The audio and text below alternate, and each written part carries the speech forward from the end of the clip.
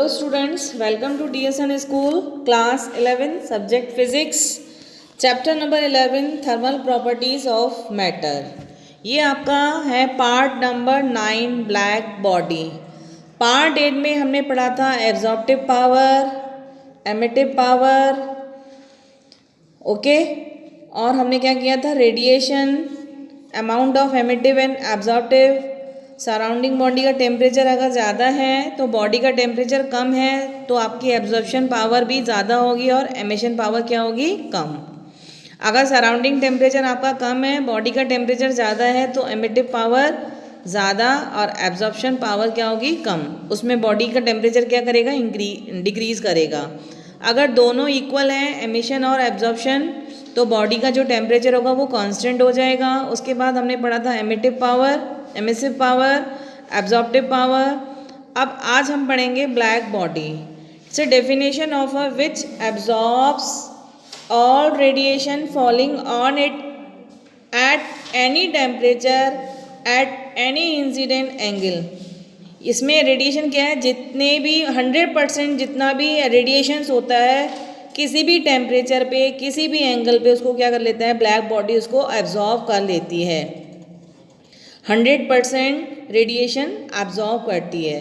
It's a ideal या perfectly भी बोल सकते हैं, मतलब जो ब्लैक बॉडी होती है आइडियल परफेक्टली, यानी कि वो पूरी जितनी भी रेडिएशंस होती हैं किसी भी टेम्परेचर पे किसी भी एंगल पे वो 100% आपका एब्जॉर्ब कर लेती है। अब आपका क्वेश्चन आता है कि why it's called be black body, इसको हम ब्लैक बॉडी क्यों बोलते हैं।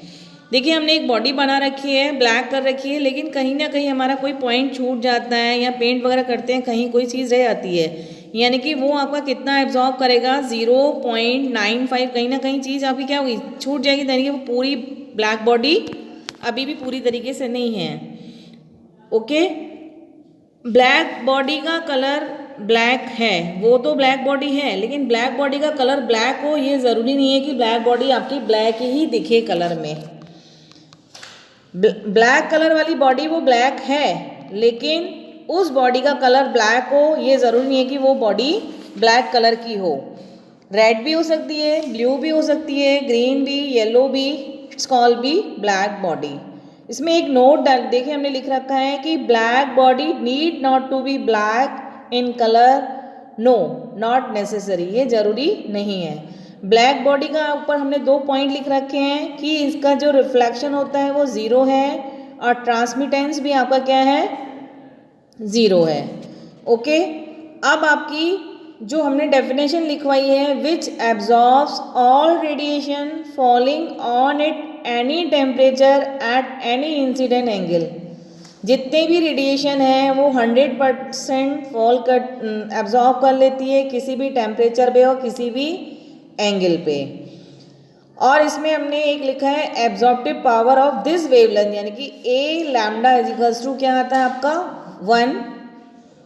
ऑल्टरनेट डेफिनेशन निकल के क्या होती है कि which emits maximum radiation at a given temperature as compare to other bodies. वो ब्लैक बॉडी क्या होती है और बॉडी के अकॉर्डिंग ज़्यादा एमिट करती है।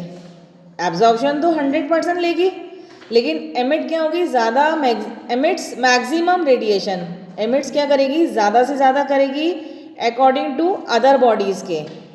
इसको हम एग्जाम्पल के थ्रू बताते हैं। देखिए हमने एक बॉक्स बनाए हुए हैं, एक बॉडी हमने पॉलिश वाली ले ली और एक हमने ब्लैक बॉडी ले ली, को किसी रूम में हमने पैक कर दिया या बंद कर दिया। उस रूम का टेम्परेचर आपका T है, ठीक है। अब जो भी रूम का टेम्परेचर है या जितना भी रेडिएशन हो रहा है, ब्लैक बॉडी तो उसको पूरा ही कवर कर लेगी, ब्लैक बॉडी इस रूम का पूरा टेम्परेचर ले लेगी। लेकिन जो पॉलिश वाली बॉडी है वो भी आपका एब्जॉर्ब तो करेगी, लेकिन वो 100% एब्जॉर्ब नहीं करेगी। ब्लैक बॉडी की डेफिनेशन ही यही है कि आपकी विच एब्जॉर्ब ऑल, यानी कि 100% radiation falling on it any temperature and any angle. तो ब्लैक बॉडी जो है रूम का पूरा टेम्परेचर को क्या कर लिया, उसने एब्जॉर्ब कर लिया। साइड में देखिए एरो लगा के हमने लिखा है कि 100% एब्जॉर्ब मोर रेडिएशन, ज़्यादा से ज़्यादा वो रेडिएशन एब्जॉर्ब करेगी मोर, तो जितना आपका वो एब्जॉर्ब करेगी उतना ही एमिट भी करेगी, तो एमिट्स मोर रेडिएशन, तो एमिट्स भी क्या करेगी, मोर।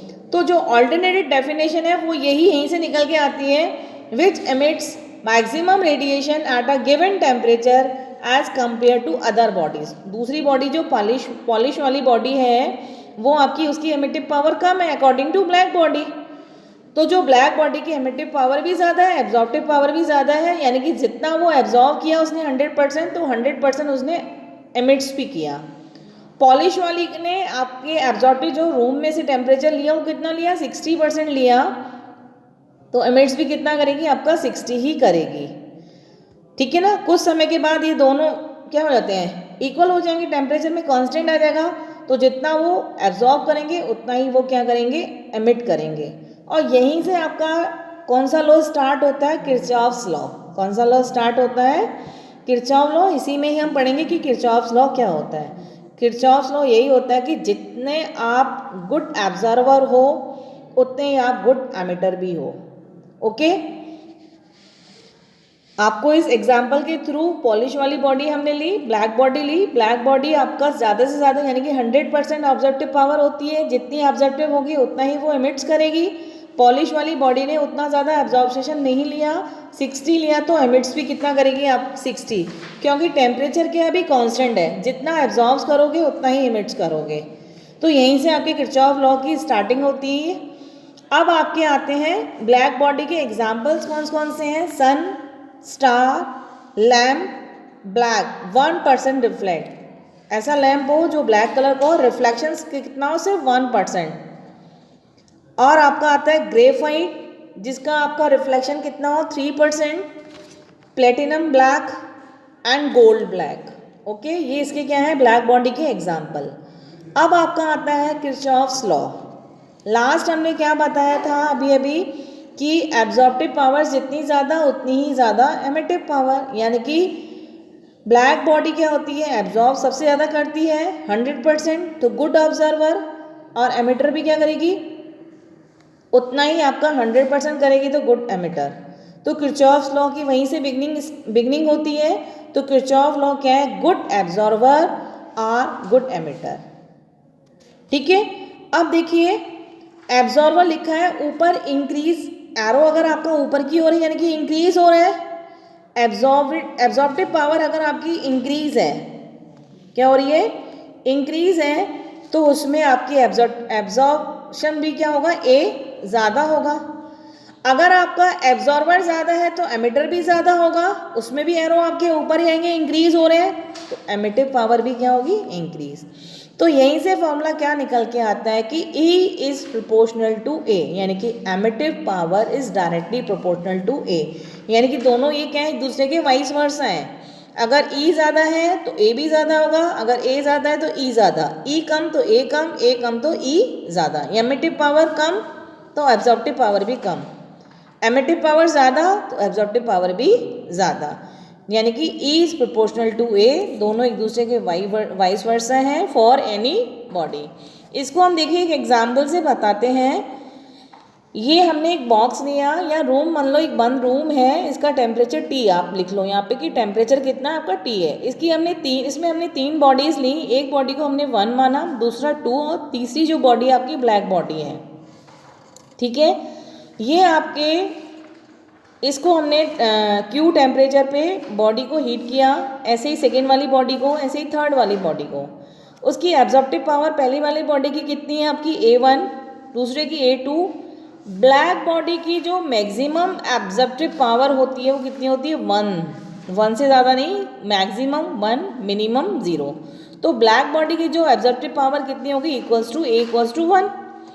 अब जितनी एब्जॉर्प्टिव पावर उतनी ही एमिटिव पावर होगी, तो E1 भी हो, फर्स्ट वाली बॉडी के लिए एमिटिव पावर E1, सेकेंड वाली के लिए E2 एंड ब्लैक बॉडी के लिए EB।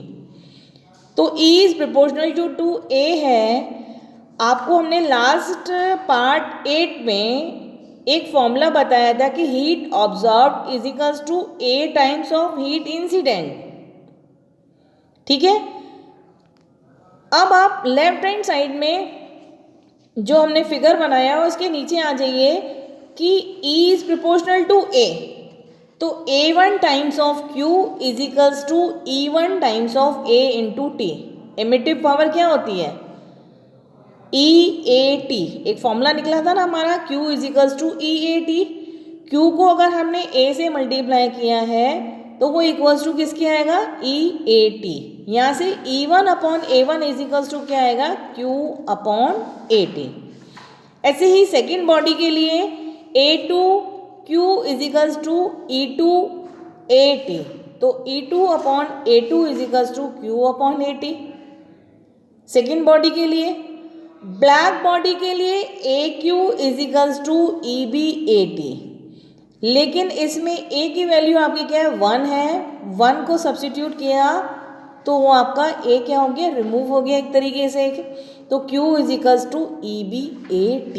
तो यहाँ से EB इज इक्वल्स टू यानी कि ब्लैक बॉडी की एमिटिव पावर कितनी आई? Q upon AT। फर्स्ट वाली बॉडी के लिए, सेकेंड वाली बॉडी के लिए and third body black body के लिए, तीनों की values Q upon AT, Q upon AT, Q upon AT। अगर तीनों की वैल्यूज़ एक दूसरे के क्या हैं? इक्वल हैं, तो आपका वहाँ से क्या निकल के आएगा? E1, अब ऊपर की तरफ देखिए, E1 upon A1 is equals to E2 upon A2 is equals to EB at a given temperature for a given wavelength। Lambda it's called be wavelength. किसी भी टेम्परेचर पे, किसी भी वेवलेंथ पे आपका E1 upon A1 is equals to E2 upon A2 is equals to EB। Okay, तो आप नीचे देखिए, आपका ये एक फॉर्मूला हमने और लिखा है फॉर अ वेवलेंथ के लिए, E lambda upon A lambda is equals to E lambda B।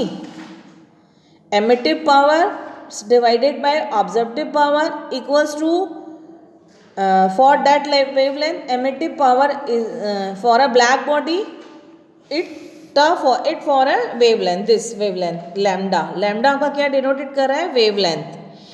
तो एमिटिव पावर की वेवलेंथ और ऑब्जर्वेटिव पावर की wavelength it's equal to black body की एमिटिव पावर की वेवलेंथ। हर टेम्परेचर T यानी कि हर एक पे टेम्परेचर क्या है? सेम, वेवलेंथ भी सेम है, तो E lambda upon A lambda is equals to E lambda B।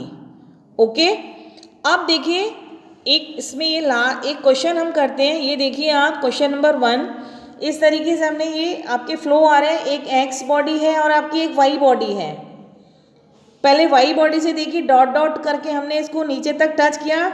ये जो आपका ग्राफ है टेम्परेचर और टाइम के बीच में, टेम्परेचर आपका Y एक्सिस में है और जो टाइम है आपको X एक्सिस में है। ग्राफ को हमने यहाँ डॉट डॉट किया नीचे, ऐसे ही Y के दूसरे एंड पॉइंट से हमने किया, बीच वाले पॉइंट से, तो इनके बीच की जो डिस्टेंस आ गई आपकी डेल्टी आ गई। अब देखिए इसमें ये 4 ऑप्शंस दिया है, EX is greater than EY, comma लगा के AX is greater than AY। अगर ज़्यादा है तो एमिटिव पावर ज़्यादा है तो एब्जॉर्प्टिव पावर भी ज़्यादा होगी। सेकेंड वाले ऑप्शन में एमिटिव पावर X की ज़्यादा है Y से और एब्जॉर्प्टिव पावर X की कम है Y से। थर्ड वाला ऑप्शन है दोनों कम है और लास्ट वाले में एक ज़्यादा एक कम है, यानी कि ऑप्शन A और D तो आपका होगा ही नहीं, ऑप्शन होगा आपका B या C, इन दोनों में से एक होगा, क्योंकि दोनों या तो कम होंगी या तो दोनों ज़्यादा होंगी, because of E is proportional to A। अगर E कम है तो A भी कम होगा, E ज़्यादा है तो A भी ज़्यादा होगा, यानी कि ऑप्शन A और D तो नहीं होंगे। अब B और C में से कौन सा आएगा उसको देखिए। अब देखिए हमने X को डॉट डॉट करके हमने नीचे तक लिया, ऐसे ही Y को, अब X वाले में देखिए डॉट डॉट करके हम टेम्परेचर की वाली लाइन पे यहाँ तक आए, ऊपर Y को किया और नीचे X वाले को और एक कर दो। आप X को जहाँ Y लिख रखा है उसके पॉइंट से आप टेम्परेचर की लाइन तक जाओगे, तो यानी जो आपका है X बॉडी वाला आपका कम है, Y बॉडी वाला आपका क्या है? टेम्परेचर ज़्यादा है।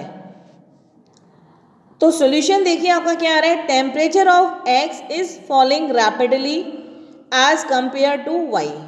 X का टेम्परेचर ज़्यादा आ रहा है। X वाले में देखिए आपका X तो हमने नीचे ड्रॉ कर रखा है, Y वाला हमने ड्रॉ नहीं किया हुआ है। Y वाले की लाइन आप टेम्परेचर की लाइन से लेके जाओगे वाई बॉडी वाला, तो वाई का आपका कम आ रहा है एरिया, एक्स का एरिया क्या आ रहा है, ज़्यादा आ रहा है। तो सॉल्यूशन में वही है, temperature of X is falling rapidly as compare to Y. X की एमिटिव पावर ज़्यादा है अकॉर्डिंग टू वाई की। ओके, अगर आपकी एमिटिव पावर एक्स की ज़्यादा है तो एब्जॉर्प्टिव पावर भी एक्स की क्या होगी, ज़्यादा, क्योंकि E is proportional to A। अगर E ज़्यादा है तो A ज़्यादा होगा। तो आपका इस फिगर में या इस डायग्राम में, ग्राफ में आपका EX ज़्यादा दिखा रहा है अकॉर्डिंग टू EY, तो AX भी ज़्यादा होगा according to AY, because of E is proportional to A। तो यानी कि ऑप्शन आपका कौन सा वाला सही होगा, बी वाला, option B is right. Okay students, इस टॉपिक में हमने क्या पढ़ा, ब्लैक बॉडी। अब इस टॉपिक को हम यहीं फिनिश करते हैं। ओके।